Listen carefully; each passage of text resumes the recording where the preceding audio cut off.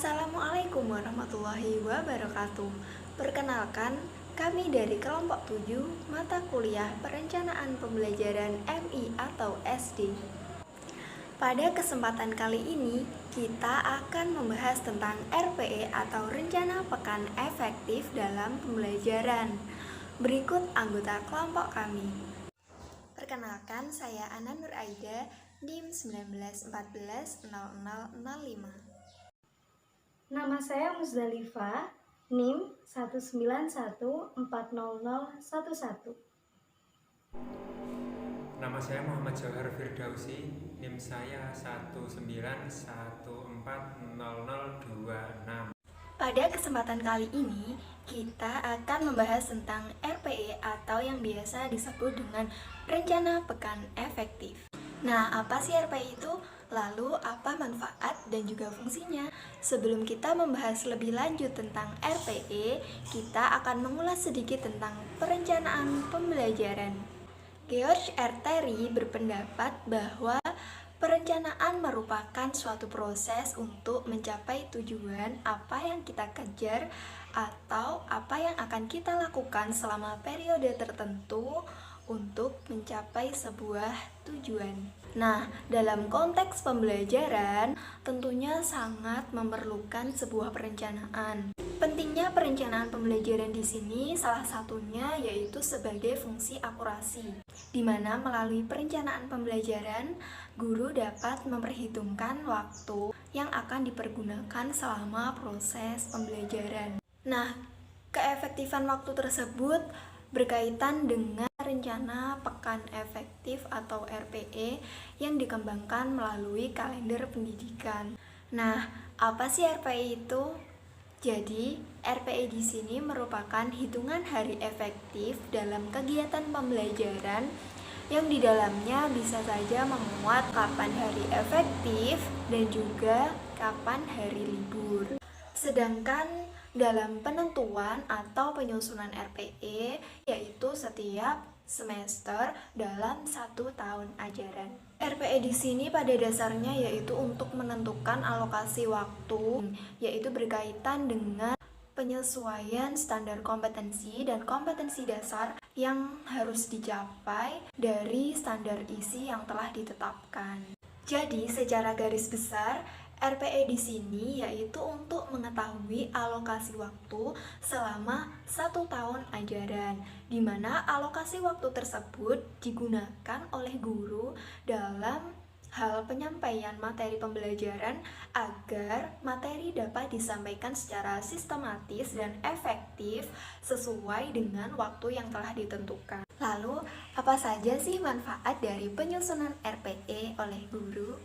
Yang pertama, guru akan lebih mudah dalam penyusunan prota atau program tahunan dan juga program semester.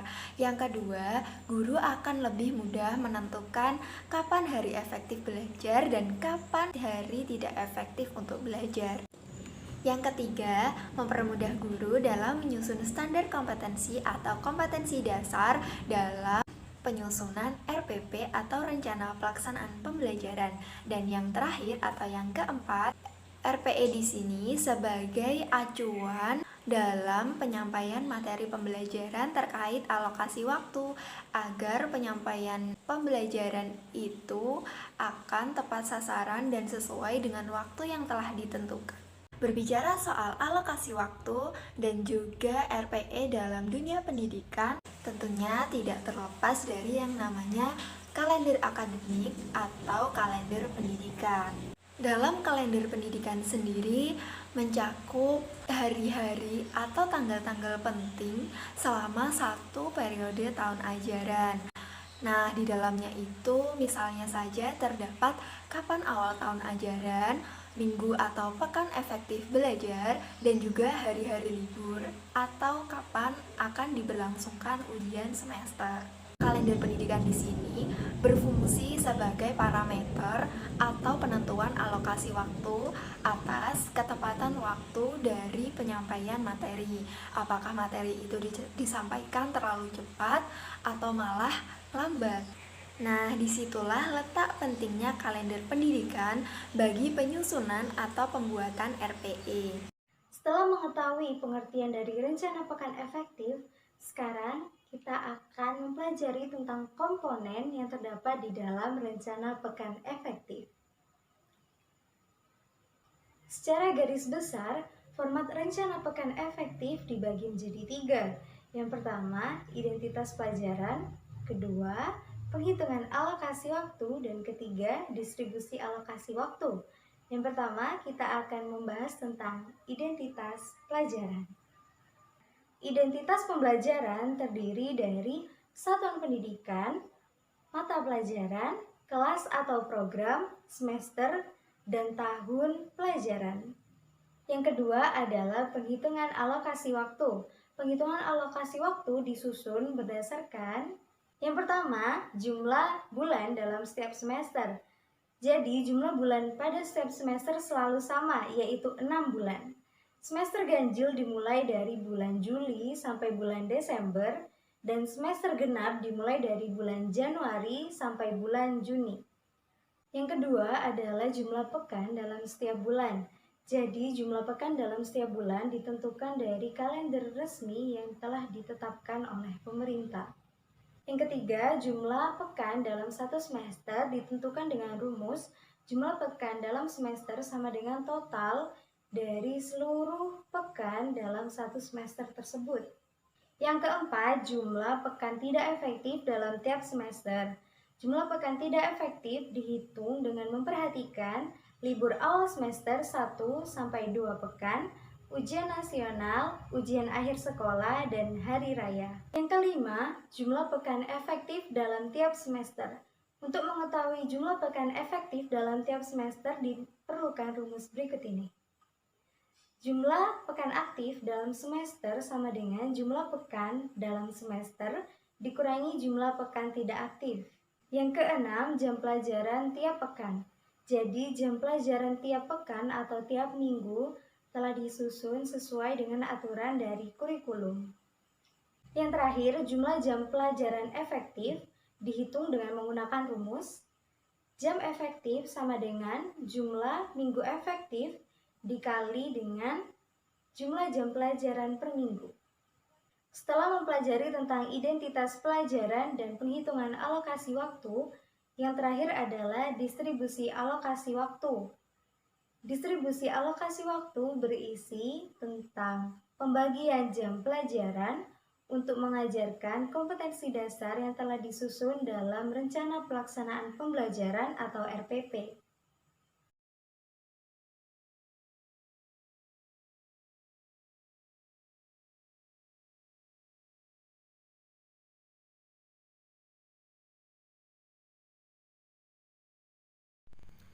Ya, selanjutnya saya akan menyampaikan tentang materi pengembangan RPE dalam pembelajaran tematik.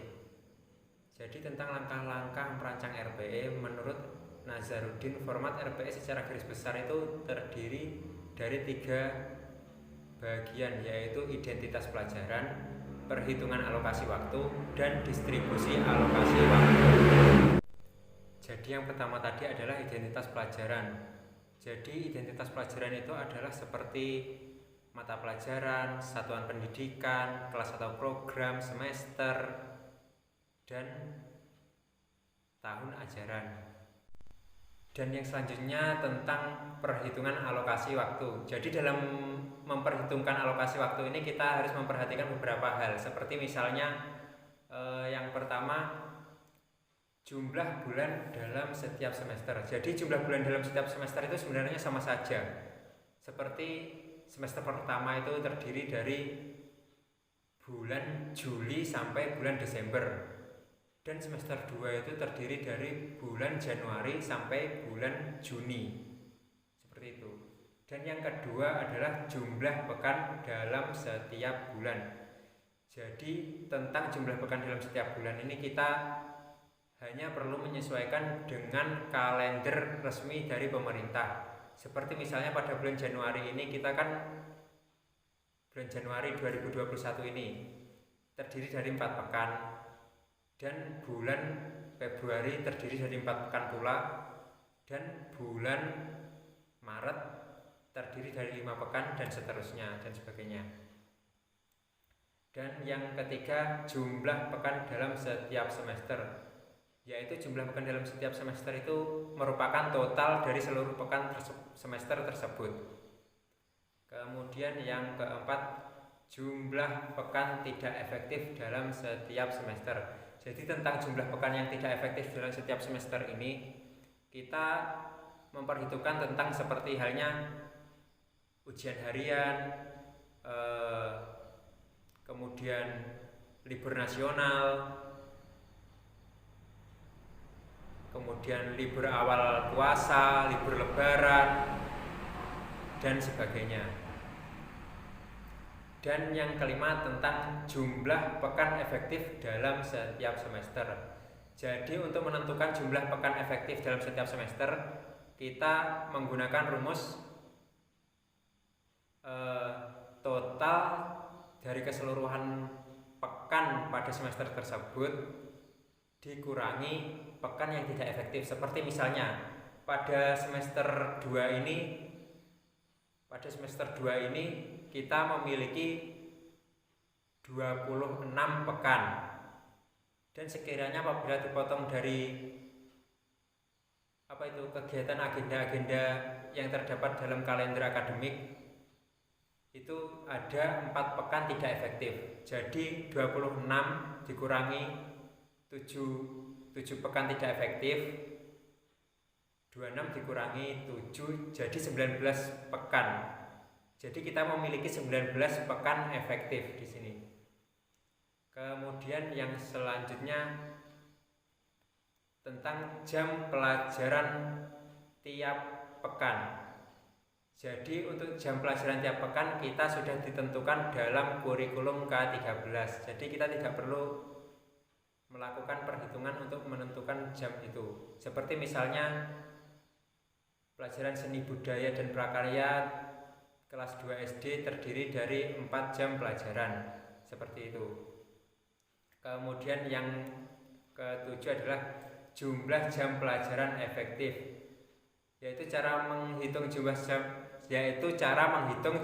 jam pelajaran efektif, yaitu dengan cara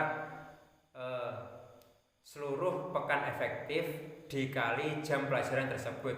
Seperti misalnya tadi kita memiliki 19 pekan efektif, kemudian jam seni budaya memiliki 4 jam pelajaran, 19 dikali 4 jadi 76. Jadi dalam satu semester ini pelajaran seni budaya memiliki 76 jam pelajaran. Dan memasuki poin yang terakhir, yaitu distribusi alokasi waktu.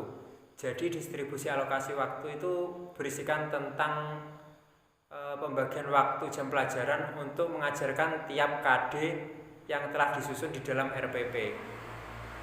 Ya, mungkin cukup sekian materi dari kelompok kami. Apabila ada salah dan kurangnya kami mohon maaf. Cukup sekian. Wassalamualaikum warahmatullahi wabarakatuh.